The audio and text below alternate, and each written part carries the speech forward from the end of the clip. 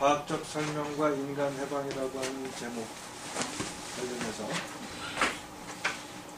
예를 들면 여러분들이 지금 북한의 핵실험을 어떻게 평가할 거냐 이런 것들이 한 개인이 가지고 있는 주관적인 가치 기준에 따라서 달라질 거로 생각하세요? 아니면 과학적으로 이거를 평가할 수 있는 기준이 만들어질 수 있을 거라고 생각하세요?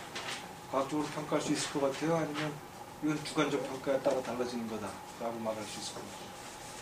과학적 평가가 가능하다는 거예요. 간단히 말씀드립니다. 그러니까 이게 얼마나 중요한 건지 재밌잖아요. 그죠? 열심히 하세요. 그러니까.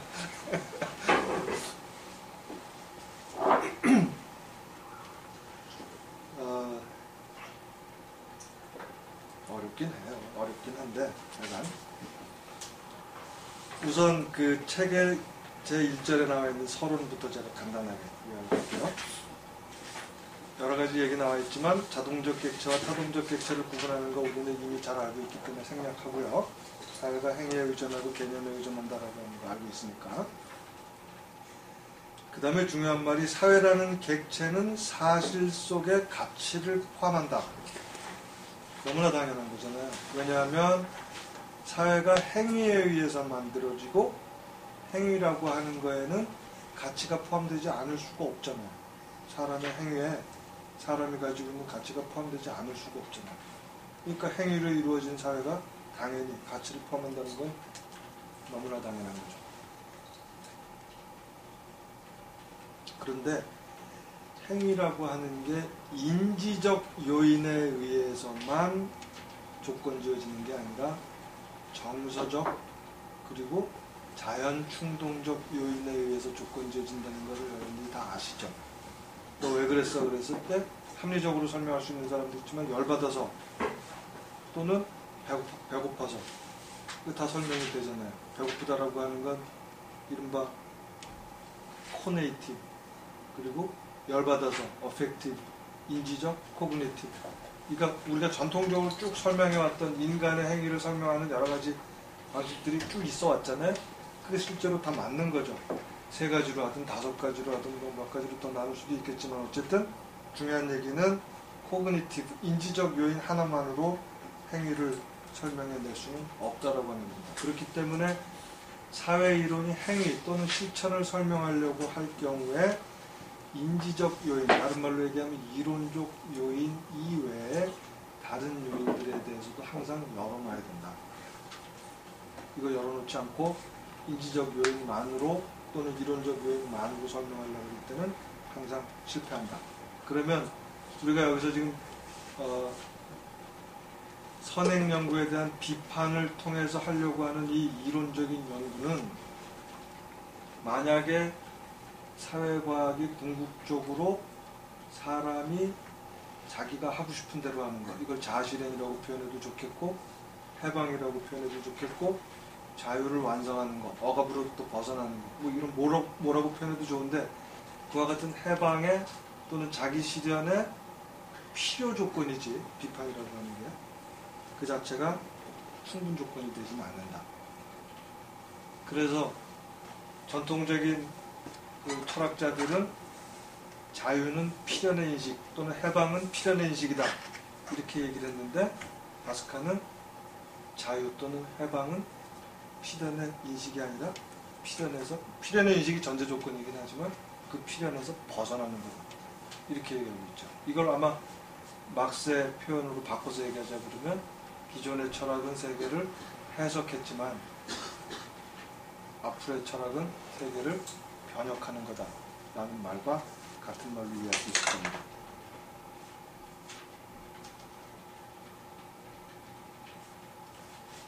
필연의 인식이 아니라 필연에서 벗어나는 거다. 바로 그렇기 때문에 허위의식이 왜 생겼느냐 그리고 허위의식이 생겨난 원인에 대한 해소, 벗어나는 것 여기까지가 과학적 설명의 대상이 된다라고 합니다. 그 다음에 두 번째 절 설명도식과 초월적 실제론 부분은 사실은 앞에서 계속해서 우리가 초월적 실제론을 얘기해왔기 때문에 생략합니다. 그 다음에 세 번째 사회구조와 인간 행위에 대해서도 우리가 이미 다 얘기했어요.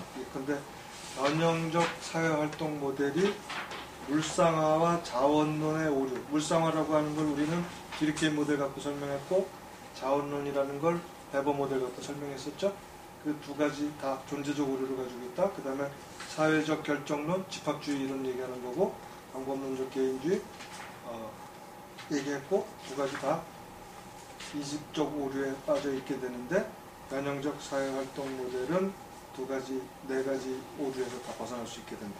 예컨대 구조주의, 기능주의, 행위주의, 행위이론, 해석하기론 네 가지 전체를 다 싸잡아서 비판하고 있습니다. 어마어마한 얘기긴 하죠. 그죠? 그렇지만 굉장히 통쾌하죠. 이렇게 단순 명쾌하게 할 수가 있는 건데 우리는 그 복잡한 미로 속에서 항상 헤매죠.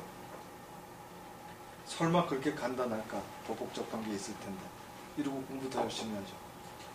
경우에 따라서는 이렇게 엄청나게 간단하게 보는 훈련도 필요합니다. 멀리서 보면 이렇게 잘 보이는데 인파이팅을 하면 잘 안 보여요. 그 다음에 또 한 가지 얘기하고 있는 게 사회과학과 심리과학의 구분인데 이것도 이미 얘기한 거니까 넘어가고요.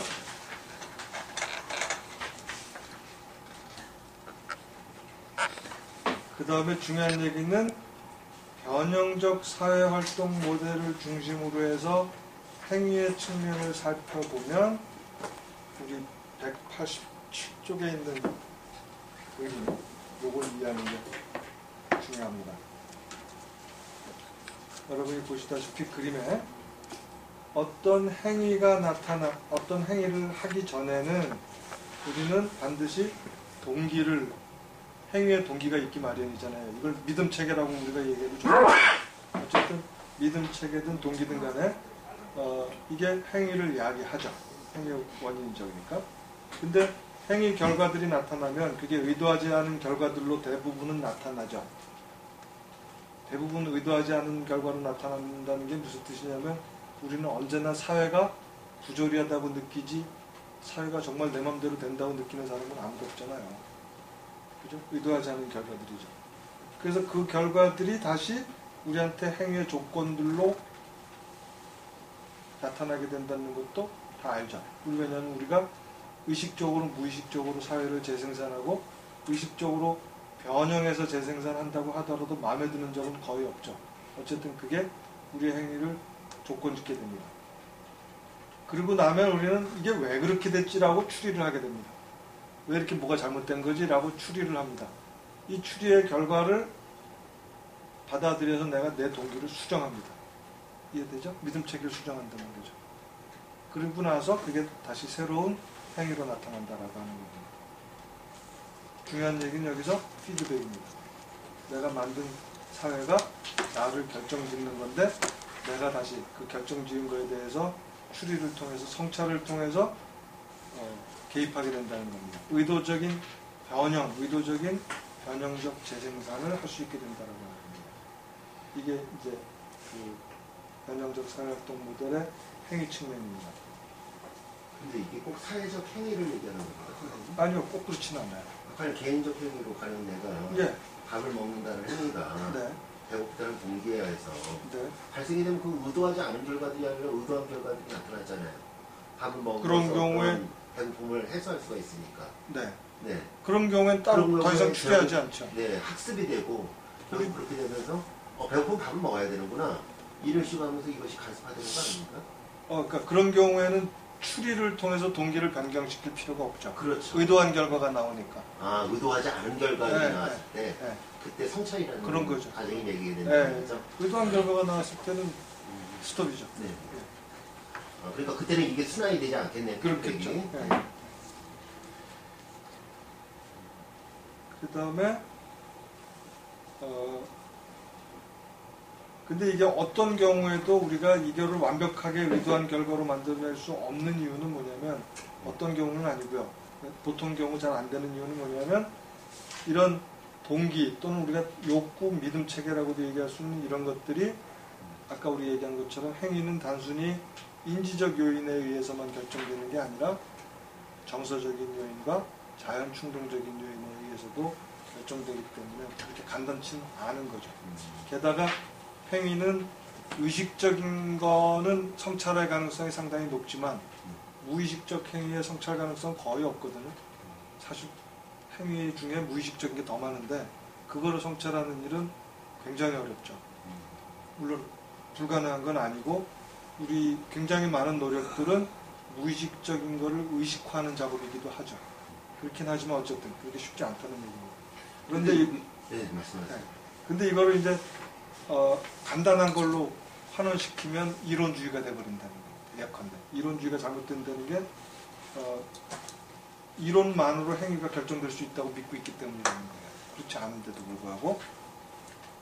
그리고 특별히 잘못된 건 뭐냐면 이론주의 한 대표적인 예가 우리 책에 나와 있는 걸로 하면 게임 이론인데, 게임 이론이라고 하는 게 아까도 얘기했지만 이기심에 기초해서 나머지 모든 거를 설명하려고 하는 건데, 그 설명 중에서 특별히 잘못된 거는 이기심이라고 하는 단일 요인 가지고 인간의 나머지 모든 행위 동기들을 제거해버린다는 측면에서 잘못된 거고, 특별히 더 잘못된 거는 성찰이 없죠거든요.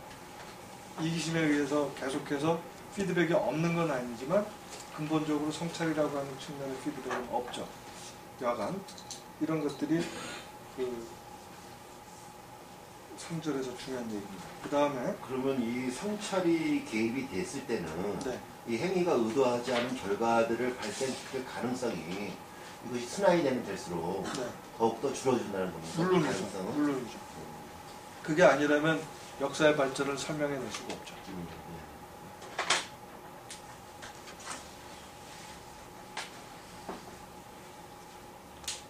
그 다음에 4번의 해석적 근본주의에 대한 것도 생략하겠습니다. 이거는 특별히 전체 주제에서는 특별히 중요한 아니기 때문에 생략합니다.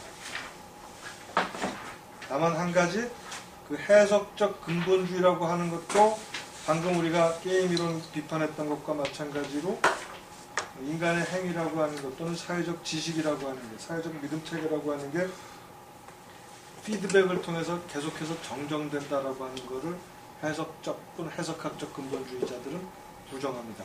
무슨 뜻이냐면 사회적 지식이라고 하는 게 경험에서 온다. 이게 실증주의라고 그러면 사회적 지식이라고 하는 게 경험에 대한 해석에서부터 온다.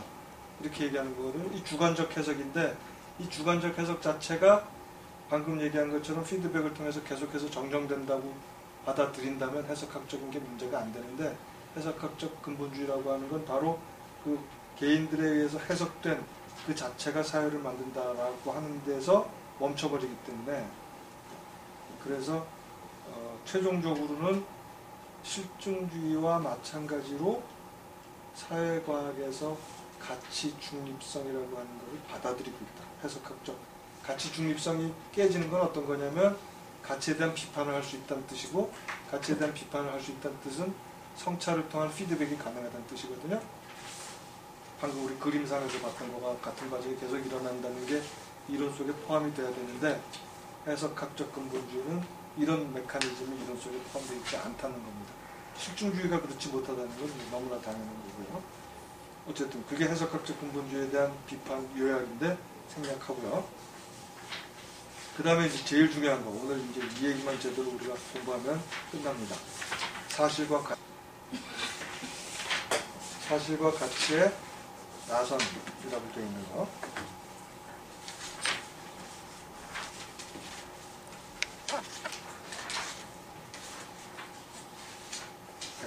쪽입니다.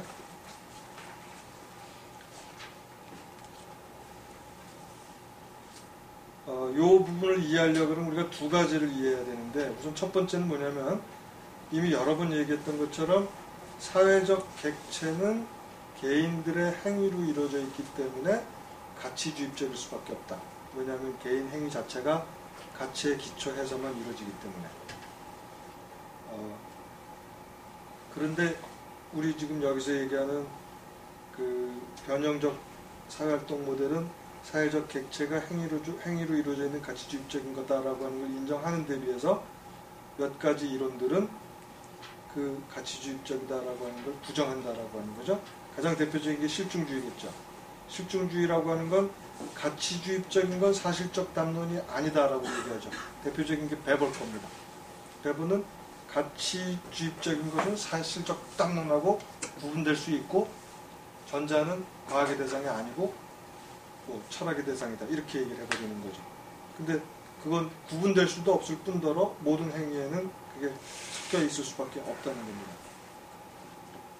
실증주의에 반대되는 입장에서 과학주의는 사실적 담론은 가치주입적이지 않다. 같은 말인 것 같지만 다른 말입니다. 실증주의는 가치주입적인 거는 사실적 담론이 아니다라고 하면서 배제하는 거고 과학주의는 사실적 담론 자체는 가치주입적이지 않다라고 얘기하는 거죠. 과학주의라는 말이 무슨 말이냐면 엄격한 방법론적 절차에 따른 것들만 취급하겠다는 겁니다. 말하자면 사회과학에서도 유사 실험 모델을 만들어서 거기서 만들어진 결론만 가지고 얘기하겠다.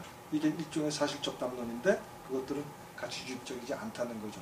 근데 기본 전제가 잘못되어 있다는 건 이미 여러분들이 추리할 수 있을 겁니다. 왜냐하면 아까도 얘기했지만 어떤 경우에도 폐쇄책을 못 만들어내거든요. 심지어 심리학적인 실험 공간에서조차도 인간은 폐쇄책의 내적 조건을 만족시키지 못하기 때문에 안 된다는 얘기를 이미 했고요. 과학주의, 실증주의 얘기했고 그 다음에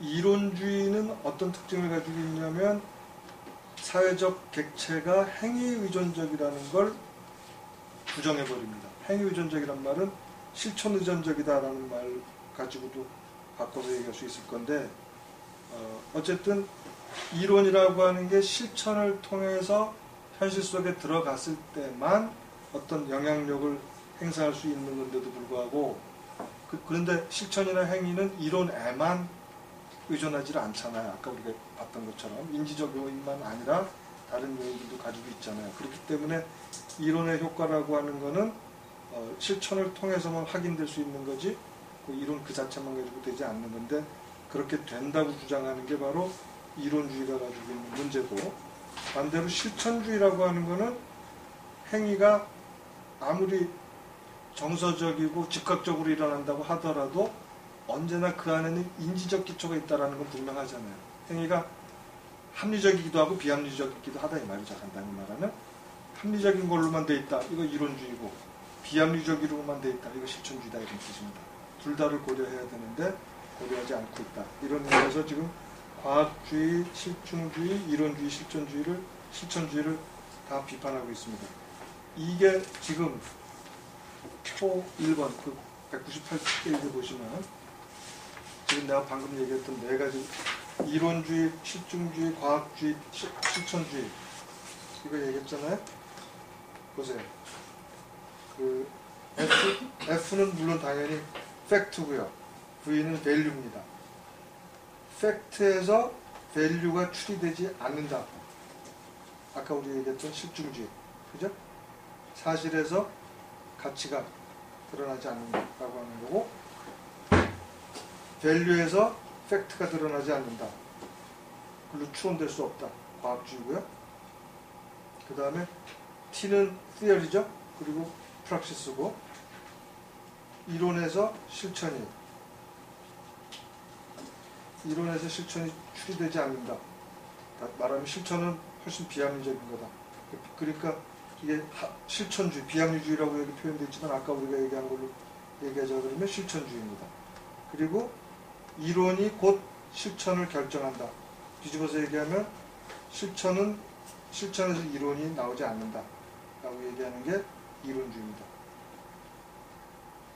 이 네 가지 관계, 가치 사실에 관한 네 가지 오류라고 해서 물론 여기서 가치 사실에 관한 앞에 여러분들이 생략되어 있는 말은 자연적 객체가 아니라 사회적 객체를 얘기하는 겁니다. 그죠?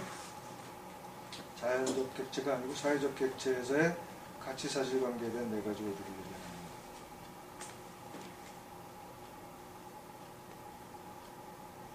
조금만 들여다보시면 이해될 거로 생각을 하고요. 어쨌든 사회적 객체는 행위로 이루어져 있는 한 가치주입적이다. 그래서 가치와 사실이 복합되어 있다. 가치와 사실이 복합되어 있다. 그리고 서로 상호작용을 하고 있기 때문에 인과관계, 복잡한 인과관계 속에 있다. 어떻게 되어 있는지 모르겠지만 어쨌든 그런데 그걸 지금 네 가지 형식으로 부정하고 있는 게 실증주의, 과학주의, 실천주의, 이론주의다 합니다. 사회현상에서 가치와 사실이 분리될 수 없다라고 하는 것을 반박하기가 쉽지 않을 텐데 혹시 여러분들 반박하나요? 가치와 사실이? 우리 예컨대 바스카가 얘기했던 것 중에 사회라고 하는 거, 아니, 개인의 행위를 서술할 때 사회라는 서술어를 쓰지 않고 행위를 설명하는 건 불가능하다. 그런 거 기억하시죠? 근데 여기서 사회라고 하는 거는 바로 이런 종류의 사실들을 얘기하는 건데, 이런 종류의 사실들과 행위라고 하는 가치 판단이 뒤섞여 있다라고 하는 것은 바로 그런 언술에서도 다 드러납니다. 아마 일단 그 정도로 넘어갈게요. 자, 그 다음에 두 번째로 중요한 말이 뭐냐면, 사회적 객체가 그 안에 가치를 내재한다는 걸 인정한다 그러면, 그 다음에 중요한 말은 사실에서 가치로 또는 이론에서 행위로, 사실에서 가치를 추론해내는 거하고 이론에서 행위를 추론해내는 거, 반대로 가치에서 사실을, 그리고 행위에서 이론을 추론해내는 것 사이에는 비대칭적인 관계가 있다. 왜 그럴까 한번 생각해 보십시오. 사실에서 가치, 그리고 이론에서 행위. 이건 인식과 행위라는 말로 여러분들이 이해하셔도 돼요. 사실에서 가치, 이론에서 실천. 어느 게 먼저예요? 이론하고 실천 중에, 이론하고 행위 중에.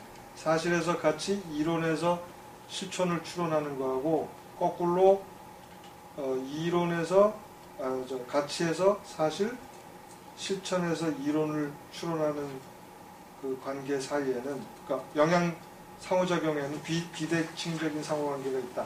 상호작용 관계가 있다. 이 말입니다. 그러니까 사실과 가치 중에 이런 거죠.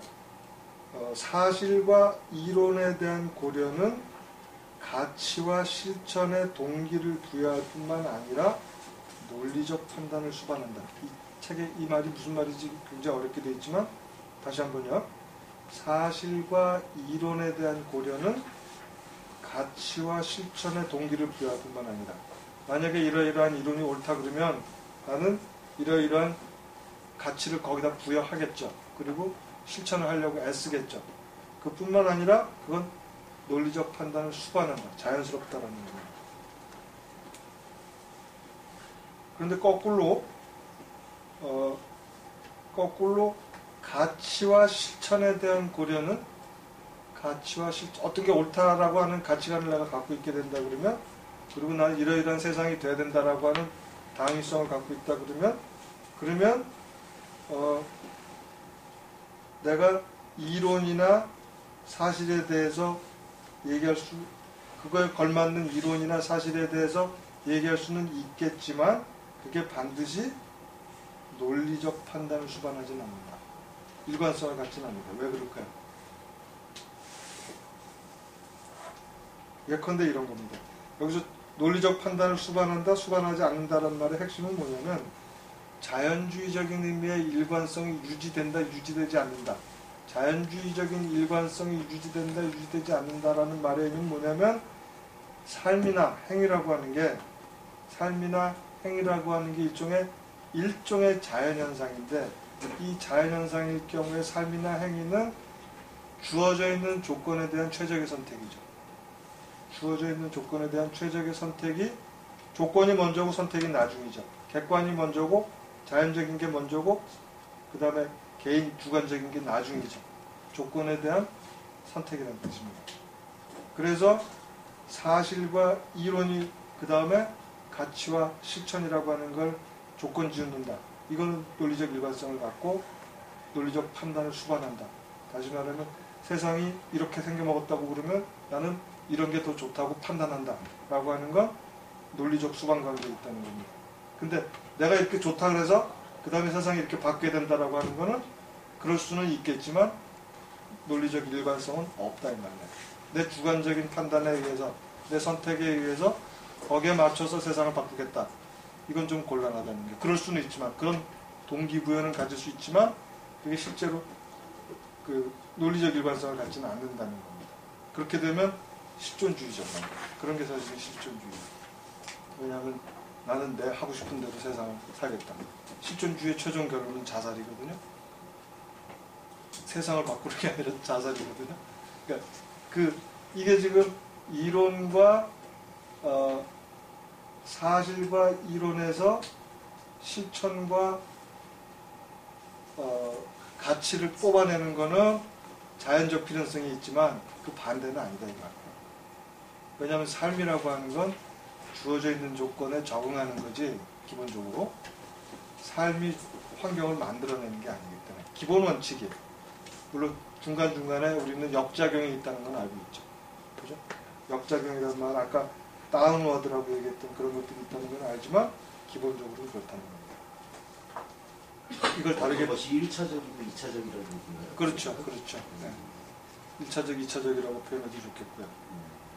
이걸 다르게 표현한 말이 존재론적, 자동적 차원에서의 인과적 기제의 발생이 즉 존재론적, 자동적 차원에서의 인과론적 기제가 발생하는 거가 즉 그게 존재가 인식론적, 타동적 차원에서의 그 기제에 대한 비판에 선행한다. 됐죠? 그죠? 그러니까 존재가 인식에 선행한다. 이 정도로 우리가 얘기해도 좋겠죠. 존재가 인식에 선행한다. 그래서 존재와 인식과 존재 사이에는 비록 상호작용이 존재하지만 비대칭적이다. 그죠? 이게 바로 그림 5번입니다. 여기 어디였어요? 197쪽에. 197쪽에 보시면 최초의 무의식적인 행위로서 VI-1로 되어 있는 게 있죠? 네. 이걸 최초라고 생각하시고 VI 플러스 3을 맨 위로 올라간다고 생각하시고 이 나선형이 어떻게 발전되느냐면 최초의 무의식적인 행위가 일어납니다. 이거는 일종의 실천이라고 얘기해도 좋고 가치라고 얘기해도 좋겠죠. 그리고 나서 그거가 일종의 사회를 만들어내겠죠. 구조가 만들어지겠죠. 팩트입니다. 무의식적이든 의식적이든 하여간 기본적으로 무의식적이라고 얘기하면 더 이해하기 편하니까 무의식적인 행위 근데 거기에는 가치가 들어있는데 그게 구조 FI를 만들어내는 거죠. 그리고 그 구조 FI 팩트에 대해서 이론이 생겨나는 게 TI죠. 그죠? 그런데 이 이론이 담고 있는 가치에 대한 평가가 그러니까 이론이 담고 있는 잠재적으로 담고 있는 가치가 실천이 돼서 가치가 실현되는 게 VI 플러스 1입니다. 이 경우에 우리는 그 무의식적인 행위가 어느 정도는 의식적 행위로 바뀐다고 말할 수도 있죠. 왜냐하면 이론 속에 담겨져 있는 가치가 VI 플러스 1에서는 실현된다는 걸로 볼 수 있기 때문에 의식적인 행위다라고 얘기할 수 있을 거고 그 의식적인 행위가 다시 새로운 그 팩트, 구조를 만들어내죠. 그게 FI 플러스 2번으로 된다고 얘기할 수 있고요. 그거에 대해서 인식하고 있는 게 이론 I 플러스 2가 되는 거고 여기서부터 우리는 그 의도적인 가치를 가지고 I 플러스 3으로 갈 수도 있겠죠. 이 관계. 이게 그냥 그대로 순환적으로 가지 않고 나선형을 통해서 발전되는 모습으로 그려놓은 이유를 한번 생각해 보십시오. 왜냐하면 V에서 F로 가는 거는 그리고 F에서 V로 가는 거는 F에서 T를 통해서 V로 가는 거는 비대칭적이기 때문에 그렇습니다. 이 비대칭, 대칭이라는 말의 핵심은 우리가 이거를 의식해낸다, 의식해내지 않는다는 겁니다. 과학적으로 인식할 가능성입니다. 과학적으로 인식할 가능성이 있게 되면 우리는 의도한 가치대로 만들어 나갈 가능성이 있는 거죠. 이 그림 어렵나요? 어렵죠. 비대칭,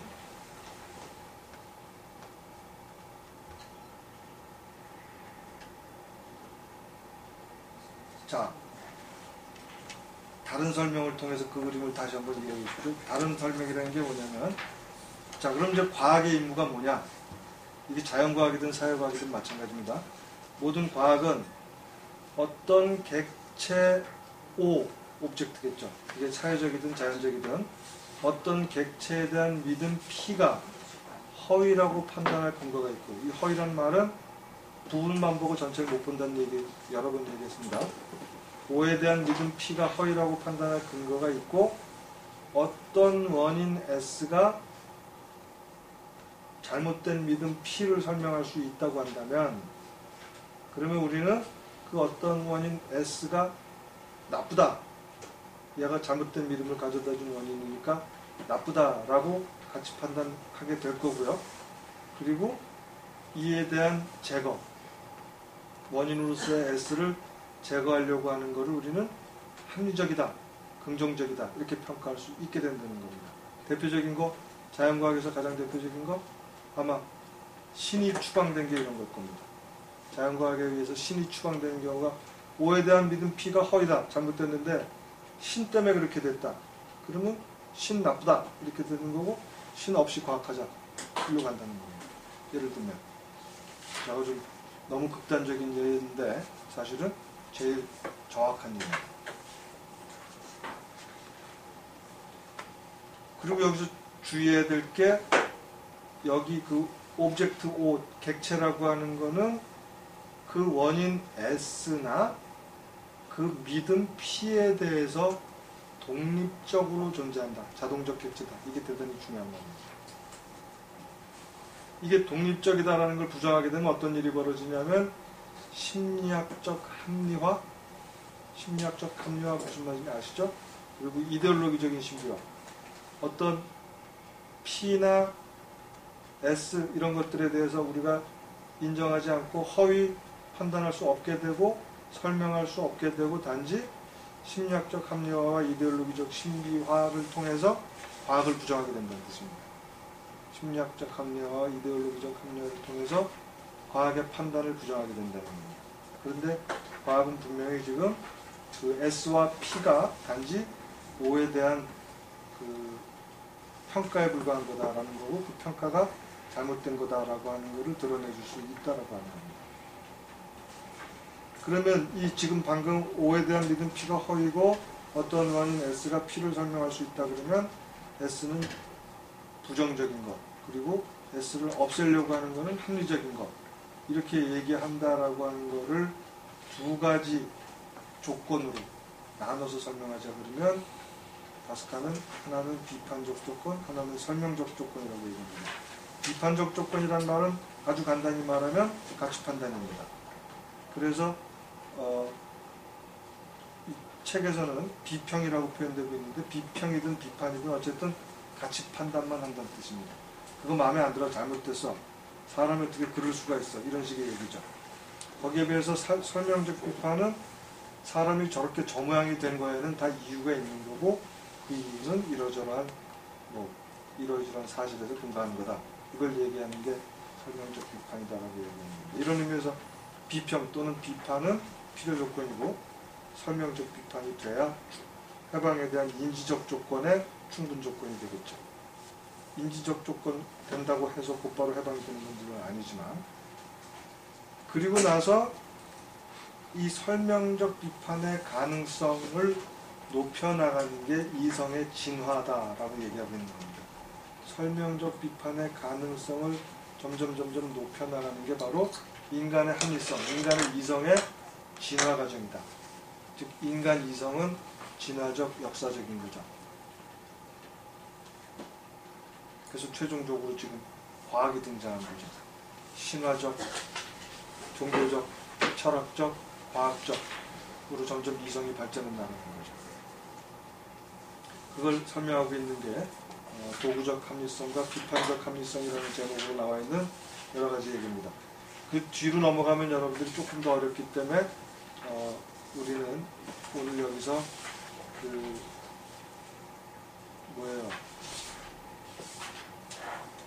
IS가 뭐의 약자인지 모르겠는데 아마 이데올로기 스트럭처가 아닐까 싶은데, 어쨌든 그 1, 2, 3, 4라고 되어 있는 여기까지만 얘기를 하려고 합니다. 우선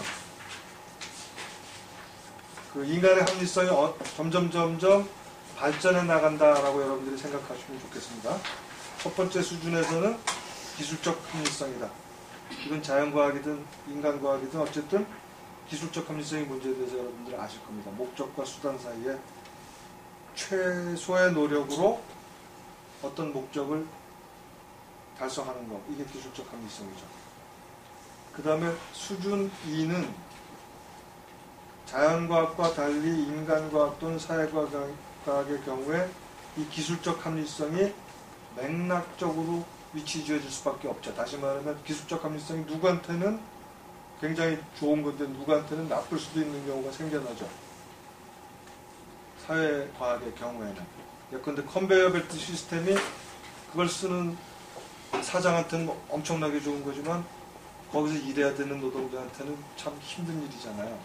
그래서 우리는 이런 경우의 얘기를 맥락적으로 위치 지어진 도구적 합리성이라고 얘기할 수 있을 텐데, 그렇다고 하더라도 도구적 합리성은 피지배 계급에게도 중요하다라고 하는 얘기가 핵심입니다.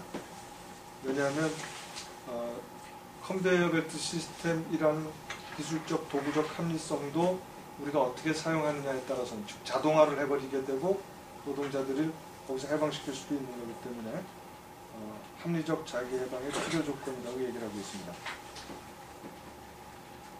우리가 흔히 자연과학의 기술적 합리성이라고 하는 게 지배의 잠재적 도구다라고 얘기하는 사람들이 있는데 그걸 비판하기 위한 얘기라고 이해하셔도 좋겠습니다. 어쨌든 이 지배자 입장에서는 피지배자들이 도구적 합리성이든 기술적 합리성이든 그 합리성을 갖고 있지 않을 때 지배가 더 용이한 거기 때문에 그렇다라고 이해하면 될 것 같고요. 그 다음에 수준 3은 담론 내적인 비설명적인 비판적 합리성이다. 간단히 말하면 그 학문 내부에서 이론 간 경쟁이 생겨났을 때 어떤 게 더 나은 이론이냐를 결정하는 합리성을 얘기하는 거죠. 이건 그 아까 우리가 허위를 판단하는 거, 다시 말하면 포함 관계 속에 있는 게 더 나은 거다라고 하는 방식으로 허위 전체를 보느냐 아니면 부분밖에 못 보느냐 이걸 가지고 판단하는 합리성이라고 이해하면 될 것 같고요. 그리고 이론에 대한 믿음은 이론을 통해서 지탱되는 행위에 대한 믿음을 반드시 수반하게 되니까 이론적 판단에서의 변동이 실천적 판단에서의 변동을 이야기한다. 다시 말하면 모든 과학은 그게 물리학이라고 하더라도 주제와 상관없이 실천적이고 비판적이고 평가적이다라고 하는 말입니다. 이 주제와 상관없이 물리학에서도 마찬가지라는 얘기입니다. 그 다음에 수준 4, 여기서 이게 이제 사회과학의 핵심인데 담론 외적인, 아까 우리가 담론 외적이라는 말을 다른 말로 표현하면 우리가 행위를 결정하는 요인이 인지적 요인이 있다고 얘기했잖아요. 그건 담론 내적인 거겠죠. 인지적 요인 이외 또는 이론적인 요인이라고도 표현했는데 그 인지적 요인 이외에 정서적 또는 뭐 자연 충동적 이런 요인들이 있다고 그랬잖아요. 그런 것들이 담론 외적인 것 같을 텐데 어쨌든 담론 외적인 설명적인 비판적 합리성이라고 하는 건 뭐냐면 우선 그 모든 과학이 대상에 대한 믿음의 진위를 판단한다.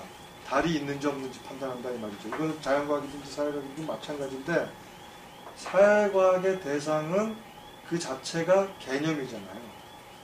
어떤 사회가 이러저러한 구조 속에서 움직인다라고 얘기할 때 그 자체가 개념 의존적이기 때문에 대상에 대한 믿음의 진위뿐만이 아니라 대상 자체, 예컨대 사회 제도, 사회 규범 이런 것들 자체에 대해서도 이게 진짜 맞는가? 라고 진위에 대해서 판단할 수 있게 된다는 겁니다. 그리고 심지어는 어떤 대상과 대상에 대한 믿음의 상응성에 대해서도 다시 말하면 우리는 예컨대 정의롭다, 평등하다 이런 거에 대한 것들이 일종의 대상인데 실제 정의와 평등에 대한 우리들의 개념은 그거하고 일치할 수도 있고 일치하지 않을 수도 있죠. 이런 것들도 사회과학의 설명 대상이 된다라고 하는 겁니다. 어쨌든 그 사회과학이 자연과학과 달리 대상에 대한 믿음뿐만 아니라 대상 자체에 대한 대상에 대한 믿음의 진위뿐만 아니라 대상 자체에 대한 진위에 대해서도 판단해야 되기 때문에 사회과학은 자연과학과 달리 허위의식은 물론이고 그 허위의식에 대한 원인, 즉 대상에 대한 가치 판단에까지 이르게 될 수밖에 없다라고 하는 겁니다. 바로 그래서 이제 아까 우리가 얘기했던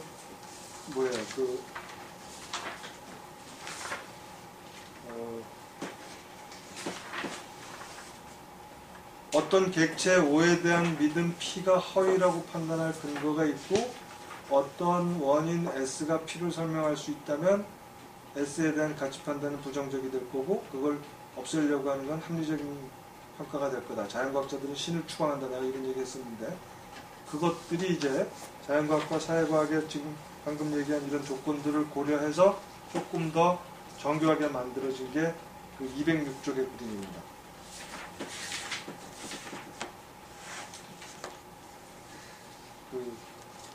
보시면 206쪽부터 보시면 이 그림만 잘 이해하면 오늘 소득이 있는 겁니다. 표만, 도식만 1, 2, 3, 4가 있는데 우선 1번만 이해해도 되는 거예요. 1번만 제대로 이해하면 일단 끝나는 겁니다. 1번 한번 잘 보세요. 1번이 4개의 요소로 구성되어 있죠. 4개의 문장으로 되어 있죠. 1번은 뭐냐면 이론이 P는 믿음입니다. 그래서 믿음을 왜 P로 썼는지는 잘 모르겠는데 프락시스는 아니고요. piety,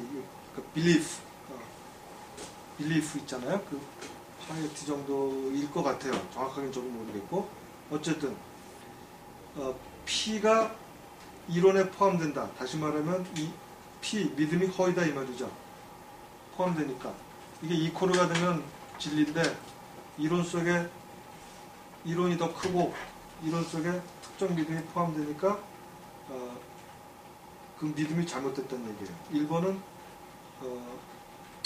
그 뜻이고 그러니까 이론이 믿음이 잘못된다는 것을 설명하고 그 다음에 2번은 뭐냐면 그 이론이 믿음이 이데올로기라고 하는 것을 설명한다는 뜻입니다. 그러니까 1번은 허위임을 밝혔고 2번은 그게 이데올로기라 그 믿음이 이데올로기라고 하는 걸 설명한다는 뜻입니다. 그리고 3번은 어떤 특정한 원인 S가 그걸 막 사회 구조라고 얘기해도 좋겠는데 사회 구조가 P라고 하는 잘못된 이데올로기를 낳는다라고 하는 평가를 낳는다는 걸 알게 되면서 그러니까 잘못된 거다라고 평가한다는 거죠.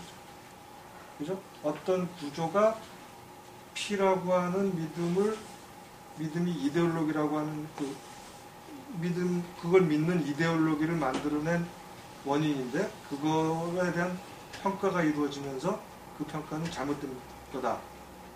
네거티브한 평가가 일어난다. 이 말이고요. 그 결과 우리는 그 잘못된 이데올로기를 만들어내는 원천으로서의 S를 없애려고 하는 것을 긍정적으로 평가한다. 그런 겁니다. 됐나요?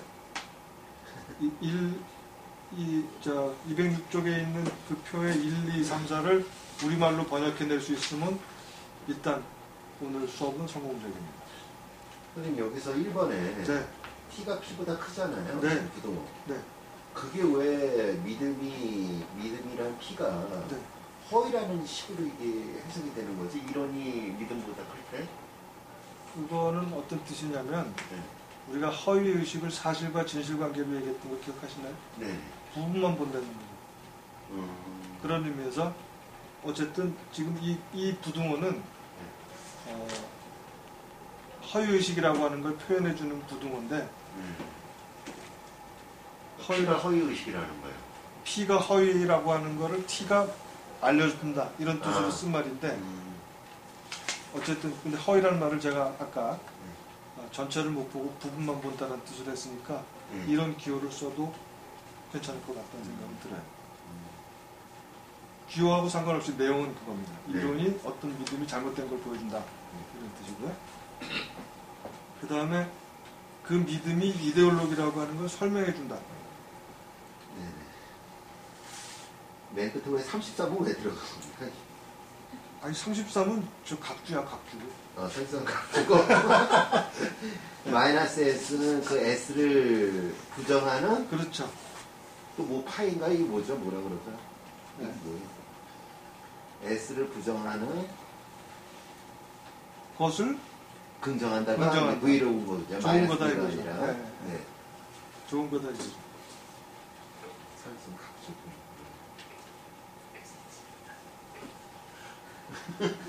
너무 집중해서. 그 33에 각주도 마저 보세요. 33의 각주를 마저 보시면 사회과학의 경우는 이렇지만 자연과학의 경우는 뭐가 다르냐면 맨 끝에 것만 달라요. 뭐예요? 네? 그거 보여요? 난 보이지도 않아.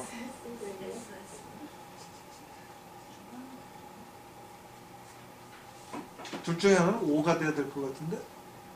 둘 다 했어요? 둘 다 했어요? 네.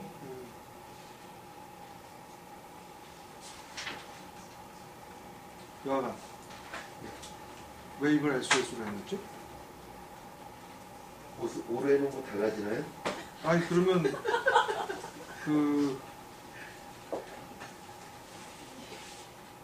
5에 대한 S가 되니까 객체에 대한? 네. 네네. 근데 그게 아니고 그냥 그 자체로 객체로 해버렸네? 오케이. 여하간 이 1번 그 1, 2, 3, 4에 대한 걸 문장으로 4개의 문장으로 우리가 우리말로 번역해낼 수 있으면 그걸로 되는 거예요. 번역해내 보세요.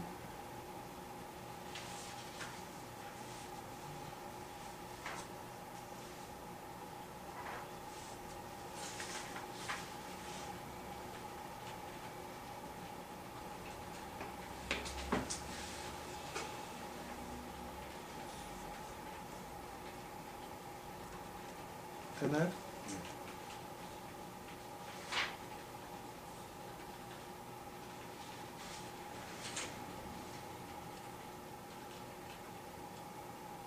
이걸 여러분들이 막스의 자본론 가지고 설명한다 그러면 막스의 자본론은 등가 교환이라고 하는 게 등가 교환에 대한 믿음이 허위라고 하는 걸 보여준다. 그죠? 등가 교환이 아니잖아요. 그 다음에 등가 교환에 대한 믿음, 즉 주류경제학, 막스가 흔히 속류경제학이라고 하는 게 왜 엉터리 이데올로기인지에 대한 설명을 하고 있죠. 여러분들이 자본론에서 그걸 읽어냈는지는 모르겠는데 그게 왜 엉터리 이데올로기인지에 대한 설명, 왜 그 사람들이 그렇게밖에 못 믿는지에 대한 설명이 나와 있어요. 그 어떤 역할을 하는지. 속류경제학, 오늘날의 주류경제학입니다. 주류경제학이 어떤 역할을 하는지. 그 다음에 그 주류경제학이 유포하고 있는 그와 같은 믿음이, 등가 교환이라고 하는 믿음이 왜 자꾸만 재생산되느냐. 이론이 잘못됐다고 설명하고 있는데도 불구하고, 막스의 자본론이 나왔는데도 불구하고 왜 사람들이 자본론을 안 믿고 주류경제학을 믿느냐. 왜냐하면 임금 형태라고 하는 그 노동과 임금의 교환 형태가 사람들로 하여금 언제나 자기는 스스로 일한 만큼 돈 받는다라고 하는 허위의식을 가져다 주기 때문이죠. 일한 만큼 돈 받는다고 생각하게 만들잖아요. 등가 교환이라고 믿게 만들잖아요. 임금 형태가. 그게 S예요. 말하자면. 그러니까 그것 때문에 문제가 생기는 거니까 임노동 형태라고 하는 건 나쁜 거다라고 하는 게 되는 거죠. 그죠? 그래서 임노동 형태를 없애는 게 좋은 거다. 이렇게 되는 거죠. 되나요? 이런 식의 얘기들은 뭐 우리가 다른 것도 얼마든지 할 수 있어요.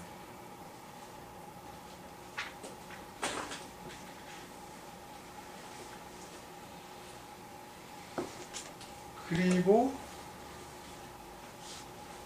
지금 우리는 특정 믿음에 대해서 그게 이데올로기라고 하는 형식으로 1번을 구성을 했는데, 그걸 비판하는 형식으로 구성을 했는데, 209쪽에 가보시면 그게 이데올로기든 이데올로기가 아니든 중요한 게 뭐냐면, 어떤 사회가 하나의 질서를 유지하려고 그러면 일관된 이론이 존재할 수밖에 없는데, 그게 존재하지 못하고 서로 모순관계에 빠지게 될 경우, 이게 말하자면 둘 다 어떤 의미에서는 여러 가지 이론이, 여러 가지 이데올로기가 서로 경쟁하고 있다, 이렇게도 얘기할 수 있을 건데, 그렇게 일반화시켰을 때를 지금 컨트라딕션, C는 이제 컨트라딕션이라는 뜻으로 얘기하고 있는 건데, 구조 이론, 행위 이론, 뭐 지금 오늘날의 사회과학 이론, 사회학의 여러 가지 이론들과 관련된 얘기도 할 수가 있을 겁니다. 그리고 방금 우리가 바스카의 그 변형적 사회활동 모델을 통해서 세 가지 이상의 사회 이론들에 대한 걸 설명해 냈잖아요. 뭐 자원론이다, 물상화론이다, 베버 모델, 드리켄 모델 등등등, 버거 모델 등등 했었잖아요. 그러니까 그 똑같이 믿음들이 잘못된 거다라고 하는 걸 얘기하고, 그 각각의 믿음들은 서로 모순되어 있다는 걸 설명해 내죠. 바스카 지금 변형적 활동 모델이. 그렇게 되면 등등등 해서 이렇게 된다. 이게 그 1번을 더 일반화한 모델입니다. 1번만 이해한다 그러면 2번 이해하는 거 더 쉽죠. 이데올로기가 아니라 서로 모순되는 이론들이 경쟁할 경우에 그걸 하나로 묶어내는 통일된 이론이 있다 그러면 그 각각의 믿음들이 잘못이다라고 하는 거는, 나쁜 거다라고 하는 거는 바로 설명이 된다. 그러면 된 거죠. 그죠? 그 다음에 이제 중요한 말입니다. 아까 우리가 행위 실천이라고 얘기할 때 이런 것들이 단순히 인지적, 이론적 요인에 의해서만 설명될 수 없다라고 한다면, 인지적, 이론적 요인이 아닌 어떤 것들이 자연 충동적 또는 뭐 정서적 이런 것들이었는데, 이 자연 충동적이다라는 말을 우리가 여기 나와 있는 비인지적 해악이라는 말로 얘기할 수 있을 거예요. 여기 지금 질병이라고 표현되어 있는데, 어떤 이론이 질병이 하나의 이념이라고 하는 걸 설명해낸다. 그 질병이 하나의 이념이라고 하는 말이 무슨 뜻일까요?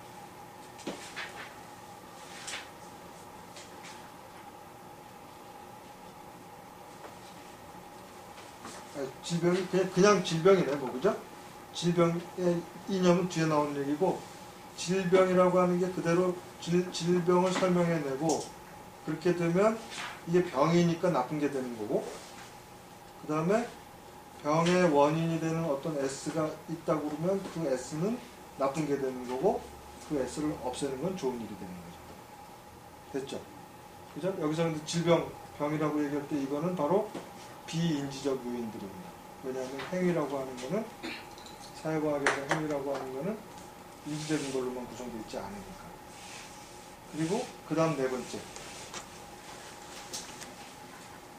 번째는 그와 같은 병리 현상이 이러저러한 이데올로기를 만들어낸다는 걸 설명한다면, 이러저러한 병리 현상이 이러저러한 이데올로기를 만든다는 걸 설명한다면,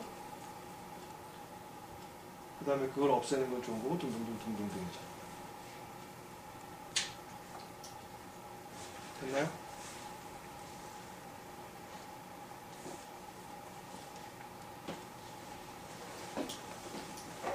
지금 우리가 이 네 가지 모델을 제가 얘기를 했는데, 결론적으로 얘기하면 사회과학은 이 네 가지 모델 중에 하나다 이 말이에요. 사회과학이 해야 될 일은 이 네 가지 중에 하나다 이 말이에요. 더 간단하게 얘기하자 그러면 사회과학은 잘못된 믿음을 바로잡는 일이다라는 겁니다. 잘못된 믿음을 유포하는 선행 연구들을 바로잡는 일이다라고 하는 겁니다.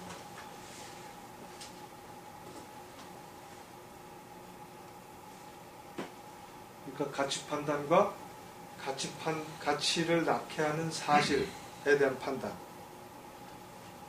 가치를 낳게 하는 사실에 대한, 그리고 사실을 없애는 일에 대한 이런 것들이 바로 해방인데, 사회과학의 역할은 그 중에서 결정적으로는 인지적 역할이겠죠.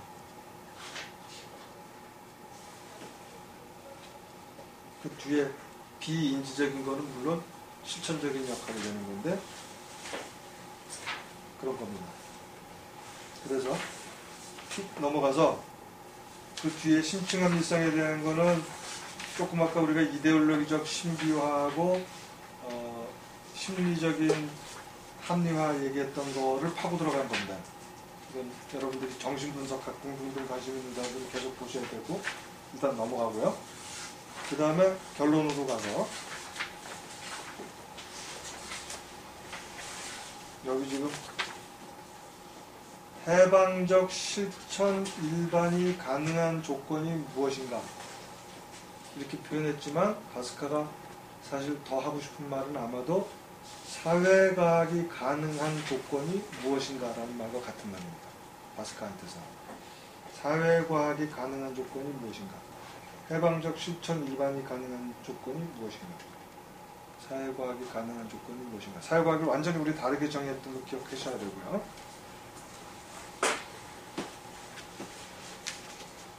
실증주의도 아니고 해석학도 아니고 변형적 사회활동 모델로서 사회과학이 정의가 된다면 그 사회과학이 가능한 조건이 무엇인가. 첫 번째, 이유는 원인이어야 된다. 여러분, 이유란 말은 개인이 인과적 힘을 갖고 어떤 행위를 만들어낸다. 자유로운 존재인데 다른 자연적 사회적 조건 때문이 아니라 자기 스스로 어떤 이유를 갖고 행동을 한다. 자유롭게 행동한다. 이런 뜻입니다. 이유는 원인이다. 물론 이유만으로 원인이 결정되지는 않죠. 왜냐하면 우리들은 이런저런 제약을 갖고 있으니까. 어쨌든 그 다음에 두 번째, 실천 또는 행위에는 가치가 내재한다. 이걸 전제하지 않으면, 이유가 원인이라는 걸 전제하지 않으면 사회과학이 성립할 수 없고, 실천에는 또는 행위에는 가치가 내재한다는 걸 전제하지 않으면 사회과학이 성립할 수 없다. 이런 뜻입니다. 그 다음에 비판은 비판 대상에 대해서 내재적인 관계, 다시 말하면 피드백 관계에 있다. 비판은 비판 대상에 대해서 피드백 관계에 있다. 그런 것만 비판 대상이다. 예컨대 태양이 좌회전을 하든 우회전을 하든 그건 비판 대상이 아니죠. 우리로부터 완전히 독립적인 존재이기 때문에. 그렇지만 우리가 왜 걸어갈 때 좌측 통행하고 우측 통행하고, 이거는 비판적 대상이 된다는 거예요. 그 다음에 네 번째, 발현적 속성이 없으면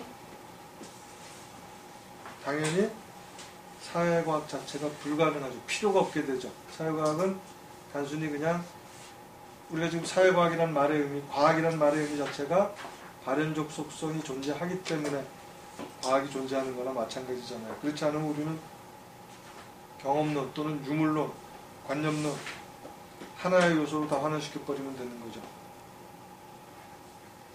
근데 그렇지 않기 때문에 사회과학이 불가피한 거라고 그러면, 바로 발현적 속성이 있기 때문에 사회과학이 가능한 거다. 지금 질문이 완전히 거꾸로 된 거 여러분 지금 아시죠? 사회과학이 가능하려면 사회가 어떠해야 되냐고 지금 묻고 있다는 게 말이 안 된다고 생각하지 않죠, 이제는? 우리 왜냐하면 처음 시작할 때 전제가 뭐였는지 한번 생각해보세요. 과학이 가능하려면 세계가 어떠해야 하느냐라고 질문했었거든요. 왜냐하면 우리는 이미 과학이 확실한 지식을 우리에게 준다는 걸 전제하고 있어요. 전제하고 있다고요. 이 부분이 대단히 중요한 말인데 우리가 자꾸 놓쳐요. 과학은 이미 낮의 철학에서는 가장 확실한 지식을 주고 있어요. 그래서 그 확실한 지식이 가능하려면 그 대상이 어떠해야 되느냐고 거꾸로 물었어요. 마찬가지로 사회과학이 가능하려면 사회가 어떠해야 되느냐, 이렇게, 그래서 이런 방식으로 지금 서술하고 있는 겁니다. 이유는 원인이어야 된다, 뭐 등등등. 이게 조금 어렵게 느껴질지 모르지만 조금만 생각해 보면 다시 말하면 과학이 우리에게 가장 확실한 지식을 준다라고 하는 거를 의심의 대상이 아니라 지금부터 얘기하려고 하는 거에 전제로 삼는다고 그러면 훨씬 달라져요. 이게 바로 바스카의 코페르니쿠스적 전환이라는 얘기였던 거 여러분들께 할 겁니다. 자, 후닥닥 끝냈습니다. 질문.